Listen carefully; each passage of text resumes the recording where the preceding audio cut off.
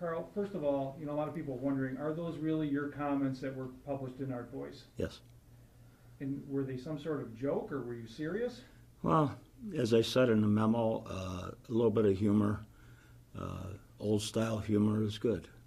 And deprecating humor, yeah, it's the appropriate time.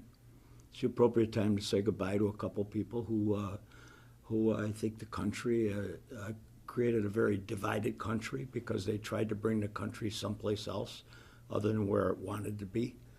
And we witnessed, as a result, an upheaval in our middle class, in the silent majority, who said they had enough of this nonsense. They don't like the progressive movement. They don't like anything about Obama or what Obama has done. When you see the polls, just remember that a good 45% of those people are uninformed people. And it's pretty sad. You can't justify anything that he has done in education because he hasn't done anything in education, especially for our inner cities. It's so disgusting to watch these poor kids continue to suffer. He came in saying, oh, we're going to have vouchers and we're going to do this and we're going to do that. But what happened to Mr. Duncan? He was very, very disappointed. He quit. He had enough. He says, you promised me all these things. We're going to help these urban kids. He has done nothing for the black community. He's done nothing for those poor kids to give them an opportunity to live the American dream. And he wants us to give him a legacy. He wants us to be nice to him and not come out with some rotten humor and tell him, just what he did. Yeah, goodbye. Goodbye, Barack. Goodbye, Michelle. Oh, the woman who hated America and then stuck around for all the bennies. And then at the end, she says she's lost hope. America has no hope. It's the end. Well, Michelle, pack your bags and go over to Zimbabwe and live over there. Okay? And I just happen to pick a country. But that from my perspective, it's time that these things are said. And I say it with all sincerity, and I also say it with a little bit of humor. Okay? People don't like it, that's just too bad. I don't care. You don't want to read me? Fine. A lot of people who have read that are reacting, though, saying these are racist and they're hateful. That's what people say, barring or not having any other defense for the issue at hand. Okay, I hear it constantly. I'm a racist. I'm a racist for pleading for 33,000 kids we have in our municipal school system and trying to do something right for them. Trying to even hang the picture of the then current president of the United States in all our schools so the kids know who their president is? There's something wrong with that? How racist was that for the board members to turn that down the other day? Just how racist was that? So don't go accusing me of being a racist, because I'm about as far from that as possible, and that's why I feel I can say these things that I say. I don't care if they don't want to listen. The black leadership in this community is horrible. They do nothing for their people. They do it for their own power and self-preservation, and so they can get reelected. They like having the cycle of poverty in our inner cities across this country, because that cycle of poverty is the voting base of the Democratic Party. Keep them hungry, keep them dumb, okay, and everything's all right with the world. And they do nothing about changing it. And we just witnessed a black president for 8 years doing absolutely nothing. Nothing. And in addition, disgracefully minimizing America to the international world, minimizing America in every possible respect. It was a disgusting presidency, and I'm glad he's gone. Kids are going to read that, families are going to read that, though. Do you think it's appropriate for a school board member to make those type of public comments? Hey, I'm not judging myself. I am what I am. I'm saying what I'm saying. And I don't see it as racist at all. And it's about time you guys got over being politically correct. I mean, Yep. When you say that the message that you're trying to send, why phrase it this way that people could? Because I got your interpret that? attention, didn't I? I suppose. But Did I get doesn't your it bother- attention to come in here, okay, and listen to the deeper story? Did I do that? I suppose, but doesn't it water down the total message when the focus is on the way No, you phrase because it? you guys print what you want to print, and it's only when I get you excited by saying something off the chart, okay, that you suddenly, okay, want to listen. That's the truth, isn't it? I can't get your attention otherwise. I've been called by 15 press outlets already today, okay? I figured that you two guys have been fair in the past, so I'll talk to you personally. But all the other ones, they're going to get that press release that I just printed. That's life in the big city. It's about time we started facing our challenges instead of dodging them. That's reality. That's real. Those issues are real. People suffer every day. Kids are suffering in our cities every day. And the politicians walk around like, oh, it's just another day at the ranch, you know. It's pretty sad, isn't it? Obama's looking for a legacy. He should have been thinking about his legacy 8 years ago when he started all this nonsense. He started telling us that there are certain people above the law. You can't prosecute them. He hid Lois Lerner. He hid the head of the IRS. He hid Eric Holder. He had Loretta Lynch compromise Comey in that election. Come on. Are people above the law? Now he's sitting there considering pardoning Hillary Clinton. What an affront to the American people that'll be. Talk about rioting in the streets. I think the people will be out there and they'll be really disgusted with this man. It'll be the final nail in the coffin of his legacy. You know, the population of students in the Buffalo public school system is pretty diverse, and no matter what way you interpret it, some of the stuff you read or wrote reads in a racist tone. Like if you had to, You're just stuck on racism, aren't you? How about talking about an issue? You're stuck on racism because you've got no answer for any of these other issues. It's ingrained in you. You're a young man, okay? You haven't been around here that long. You've been conditioned to think racism. Okay, there's a whole element of people out there that are racist. Well, 50% of the population of this country came out and said they had enough of this nonsense. Don't go throwing that word around loosely. I'm not a racist. Tell me how I'm a racist. What did I say? I mean, the way it reads, The way it reads is the way you want to interpret it. Okay, we can call it we can self-deprecate ourselves, or we can put words out there that'll deprecate somebody else, okay? And when we do it sometimes in jest, and we do it sometimes because we do want to hurt that person's feelings, okay? When I talked with Common Council President Darius Pridgeon, he did not say it was racist. He agreed. He thought, First Amendment rights, you have the right to say whatever. Because Darius Pridgeon is one of the more learned black leaders. I disliked Darius for many years, and I came to find the man to be really interested in doing better for our community. I mean, he's a guy that lived in the bad world, okay, and he's lived in the good world now, all right? And I think he earnestly tries. I look at some of these other black leaders, especially the members of the Board of Education, it's sickening. It's totally sickening. They just rigged a teacher's contract. Okay, and then if I didn't say something yesterday, they were coming down hard on the nurses. I mean, where's the reality here? You rigged a contract. You did something illegal. Okay, you deprived the board of having money to negotiate any other contracts. Why'd you do that for Phil Rumore? Why? Because he elected you? Because he gave you money for your election? You were bought and paid for? Pay to play? Is that the game? But you guys don't want to talk about that. You don't want to write about that, okay? All they want to write about is, did Carl Paladino say something racist? I said something that brought you into this room so that I could say the rest of it. But the Common Council President, he said even though it wasn't racist, he thought it was hateful, and he was upset with that. He thought that was... It's all right for me to not like our president. That's all right. I don't care. Call it hateful. That's all right. Doesn't matter. I don't like people that try to demean my country, that try to demean the veterans of this country, that try to demean the military of this country, that fired over 300 generals and admirals who wouldn't toe the line and wouldn't listen to this diminishing of our military. That's who I respect.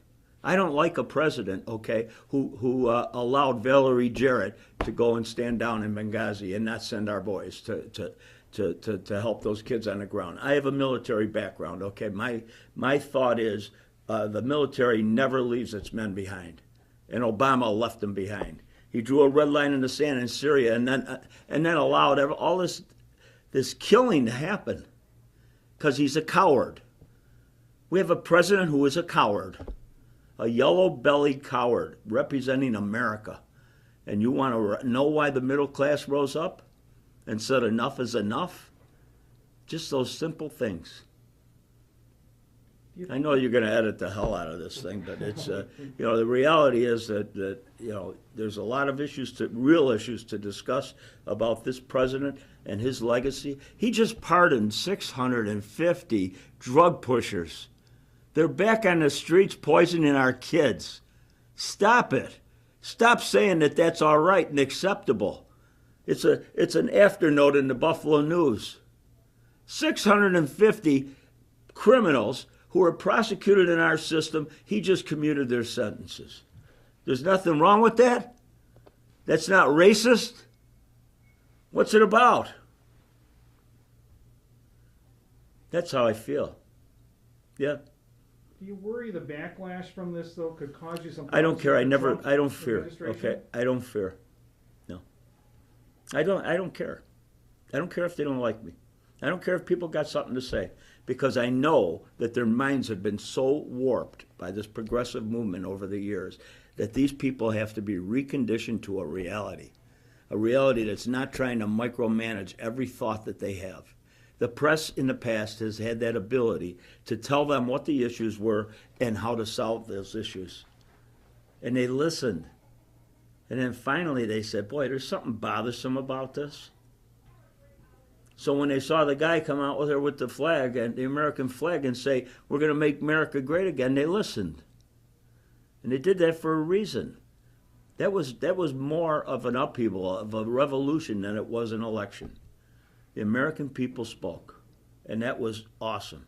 And from my perspective, I'm just following up on the conversation. You don't think this is going to put you in bad standings with Donald Donald Trump? Listen, I don't care if I'm in a bad standing with anybody, and I'm sure that Mr. Trump is going to say that's Carl being Carl, and he's doing what he believes in. That's what Donald Trump would say. I don't worry about that stuff. You wouldn't be able to live with yourself if you sat around and worried about that nonsense. Good? Good. Yep, we're good. Okay. Yep. All right. Everyone set? Yep. Barbara Seals, Evergold, of course, the president of the Buffalo School Board. Do you have any comments on what Carl Paladino has said in Art Voice, and then any comments also in his response to questions about what he said in Art Voice? I haven't seen the response, but I do have a response to the original comments that were made.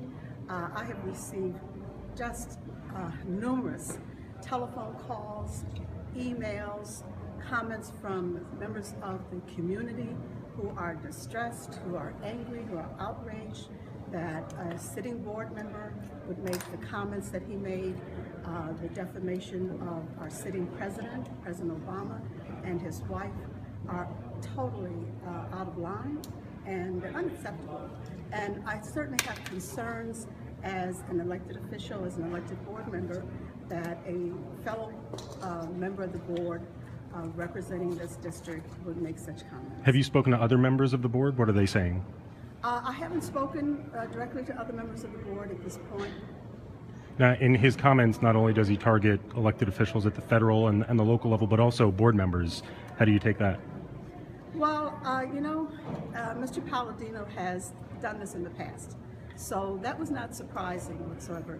What was surprising, though, were the direct attacks on the president and on the first lady in such demeaning ways, in such tone that many have described as racist and as sexist.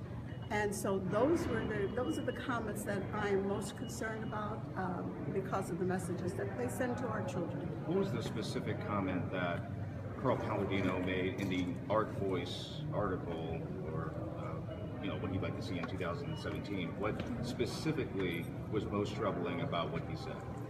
I think what was most troubling were the comments again about what his wishes were for President Obama and what his wishes were for the First Lady, Michelle Obama. When he responded in writing today, he called it self-deprecating humor, something that America has lost.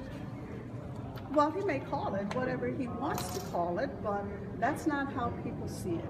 And again, I have received so many calls and so many emails from community members, from parents, from educators, who have just felt that what was said was totally inappropriate. It was outrageous. They say it's vile, and I'm quoting. They say it's disgusting, and I'm quoting. So people are not seeing it as humor. What do you want to happen? What I want to happen is for Mr. Paladino to certainly recognize that what he has said is egregious, that what he has said sends the wrong message to our students, and that he may want to retract what he said. What do you think the reality of that is? Do you agree with that call? I agree that people have the right to call for the ouster of an elected official, particularly when they have made such comments that so many people are appalled at and so many people are outraged. What do you think the reality is of him retracting his comments? Well, you've already said that there was a statement that he made, and I think you called it something about humor, so it's probably not likely at all. I didn't call it humor, he called it humor. Yes, right, right. Just to clarify. He also says in his response that this is not about race. How do you respond to that? I think it is most assuredly about race because, again, we have the first African-American sitting president, the first African-American first lady, and those comments that were made reflected bestiality, relating to bestiality, relating them to gorillas, and saying something about Michelle Obama being a man and being put out in the outback in Zimbabwe and mating with a gorilla, Max the gorilla. I think that a lot of us interpret that as racist. What would you say to students of the district, many of whom, of course, are minorities and African American children? I would say to students, first of all, the board sets a policy of expectations for student behavior. We expect them to be civil, we expect them to be courteous and respectful of each other and of authority. And we ask them to respond when they see something that is unjust going on. We expect them to respond when they see bullying going on. We teach them to be upstanders, not bystanders to something that's happening that's wrong in their district. And I would hope that they would see the response of community members, the response that board members would make to this as being an example of how we are going to demonstrate for them a way of being an upstander. Silence is not permissible. Silence is agreement. Silence to this would be agreement to what Mr. Paladino has said. So I hope that while Mr. Paladino's actions, I think, send the wrong message to students, that we can send the right message to students that there's a time and a place for you to stand up and to confront people who are saying things unjustly and who are bullying or abusing their power. So you support people who want to see him removed from the school board? I think that people have a right, just as Mr. Paladino has a right to say what he said, just as I have a right as a citizen to make comments in response to what he said. I think people have a right to call for his resignation or call for his removal. Your initial reaction when you heard what he said, what was your initial reaction? My initial reaction was to not be surprised, in a sense, because he said something very similar in emails that he sent out in the past. But I was outraged, or I am outraged too, because again, we represent a body, the Board of Education, who makes policy about how students should act. We have expectations that we set for students about their behavior. How can we then take those expectations and say, do as I say and not do as I do? So when we have board members who are demonstrating behavior that's absolutely unacceptable, if a student had written this kind of information, they put this kind of information on social media, they would be suspended. All right. We have what's called the Dignity for All Students Act. It does not just apply to students, it applies to everyone in the district. It applies to me, every other board member, every staff member. Adults are expected to adhere to that policy, and if we're not adhering to the policy, how in the world can we ask our students to adhere to it? Do you or the board have the authority to remove him? I'm sorry, I've got two questions on that. Do you or the board have the authority to remove him if that's what it comes down to? The board does not have the authority, and I thank you for asking that question, because I want to make that clear. The board does not have the authority to remove a sitting board member. We don't have the authority to sanction or to censure Mr. Paladino. That is not what we can do. And so I know that people are calling again, calling the office, calling me, calling other board members and staff and asking for his removal, but we don't have the authority or the power to do that. Who does? The commission, the New York State Ed Department. And anyone can submit that request, right? Yes, anyone can submit that request. Do you plan on filing some sort of complaint with the State Education Department along these lines of reviewing his comments and potentially investigating whether he should and can be removed? I think I'm going to keep my options open on that. I think certainly there are numerous possibilities that we're going to look at, but I'm not going to say at this particular point that I am going to file a complaint, but I think that we should keep our options open. Do you intend to address this at the next board meeting? I believe that it will be. I believe it will come up because I believe that the community will want to speak on it. Whether or not it's addressed, it really is something that the board as a whole should discuss. And as I said, I haven't spoken to individual board members at this point, but I think that the board has the option certainly to bring it up and discuss it at the next board meeting.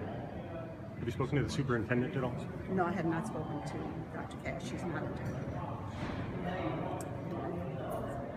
Can I make just one more statement? It looks like we're winding down because I want to say something about this pen that I'm wearing today. I wore this pen purposely because it has great significance to me, and it really relates to, I think, what we're talking about today.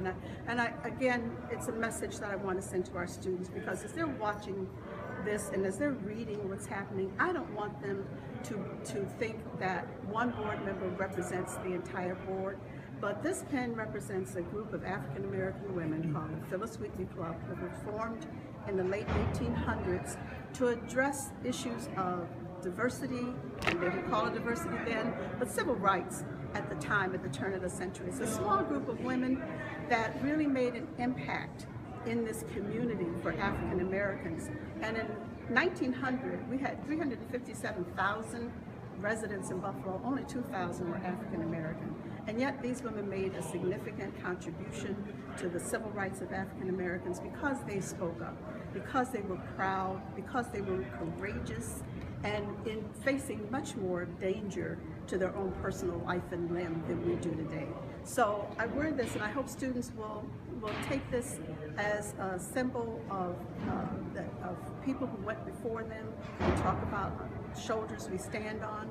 I stand on these women's shoulders because they set an example for me and every other black woman who's come along to know that we can speak up, that we have a voice, that we can make change, and that we shouldn't stay silent in the face of power and speak power to truth. Thank you, everyone. Can you just hold for 1 quick second so we get shots of the pen? Get a shot of the pen. He's there with the microphone in front of him. It's all about the pen. The interview's over. This is better than Parkside, right?